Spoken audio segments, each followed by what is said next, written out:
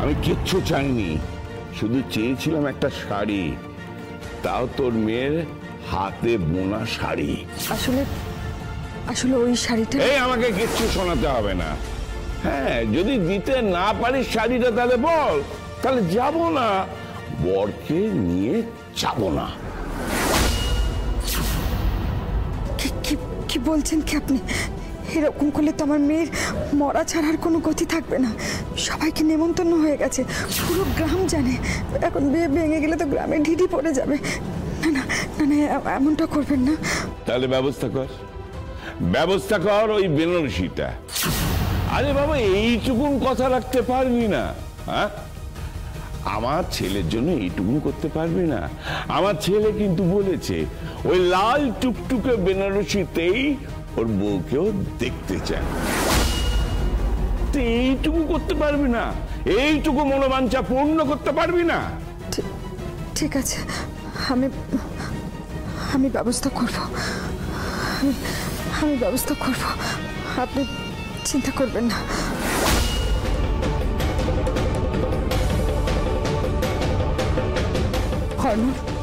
হ্যাঁ, কি এদিকে কি হয়েছে?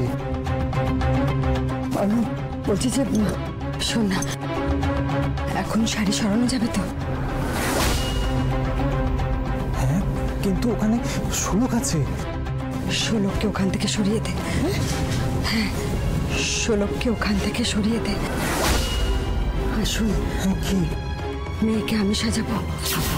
কি বলছো কি মাসি তুমি? হ্যাঁ, মেয়েকে আমি সাজাবো, আর তখন ঘরে কেউ ঢুকবে না। আর তোরা যেসব শাড়ি নিয়ে ওই শহরে সাপ্লাই দিবি, সেগুলো নিয়ে তোরা বেরিয়ে পড়। শুধু লাল শাড়িটাকে সরাতে হবে। ধরা পড়ে যাবে কিন্তু। সে যাই হোক, আমার মেয়ের বিয়ে আমি কিছুতেই ভাঙতে দেবো না, কিছুতেই না। আয় আয় আমার সাথে।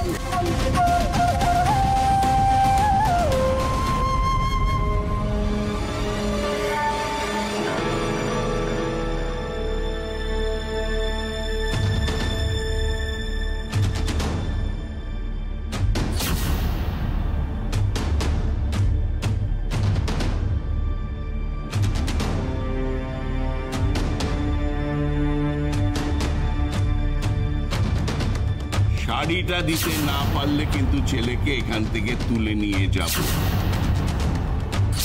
ওই শাড়িটাই কিন্তু আমার চাই।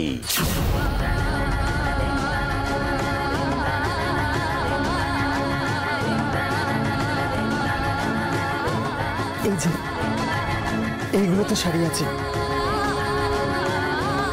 এই যে, আর এগুলো তো আছে।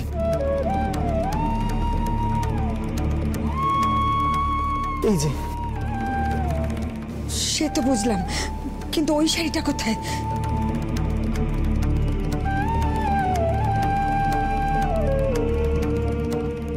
ওই শাড়িটা আমি সরিয়ে রেখেছি।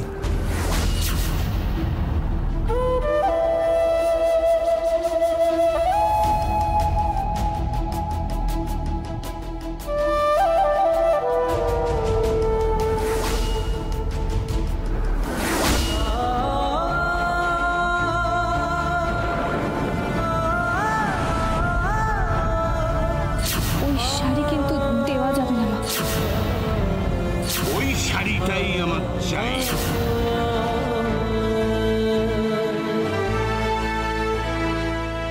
এই শাড়িটা পরবে তো?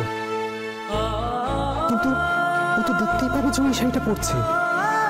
ওটা আমার উপর ছেড়ে দে, তুই শুধু শোলককে সামলা। একটা শাড়ির জন্য গরিবের মেয়ের বিয়ে হবে না নাকি? তাও আবার নিজের হাতে নকশা তোলা শাড়ি। কি ভেবেছে কি? না না, তা হতে পারে না।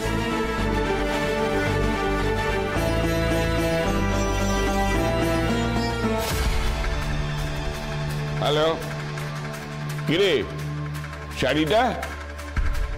ও শাড়ি পরবে, ও এই বেনারসি পরে বিয়েতে বসবে।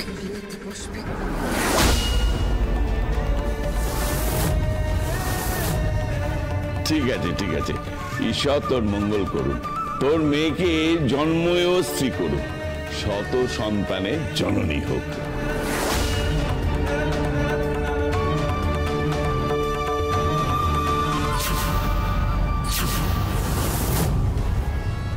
তোমার মতলবটা কি বলো তো? মতলবের আবার কি দেখলি? তুমি বর কর্তা, তুমি যাবে ছেলেকে নিয়ে, হ্যাঁ, সে তো আমি যাবই। আর আমি থাকবো তোমার ঘরে। তারপর তারপর আমি ফোনে যেমন যেমন বলবো তুমি ঠিক তেমনটি করবে। তুই কি চাইছিস? কি চাইছি? চাইছি দ্রৌপদীর বস্ত্র হরণ। মানে? মানে শাড়ির বস্ত্র হরণ। কে করবে? করবে করবে, সে মেয়ে মানুষ, সে ঠিক করেছি। কিন্তু দোষটা গিয়ে পড়বে ওই আঁচল মুখার্জির ওপর। ওই দুজনের মধ্যে লাঠালাঠি লেগে যাবে, আর মাঝখানে বলবো নারদ নারদ। হ্যাঁ হ্যাঁ, আমি বলবো নারদ নারদ। লাগবে লাগবে, নাটক হবে।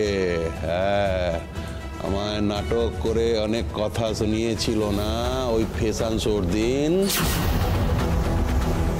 আরে সব তো আমার শাড়ি না, তো আমি সাপ্লাই করিনি।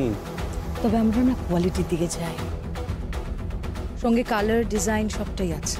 আপনার সব মাল রিজেক্ট হয়ে গেল মিস্টার পোদ্দার।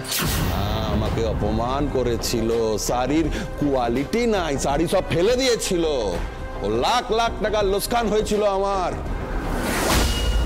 এবারে দেখবে নাটক হবে, আবার আসবে আমার কাছে শাড়ির জন্য। এই শাড়ির বাজারে বেতাজ বাদশাহ P3।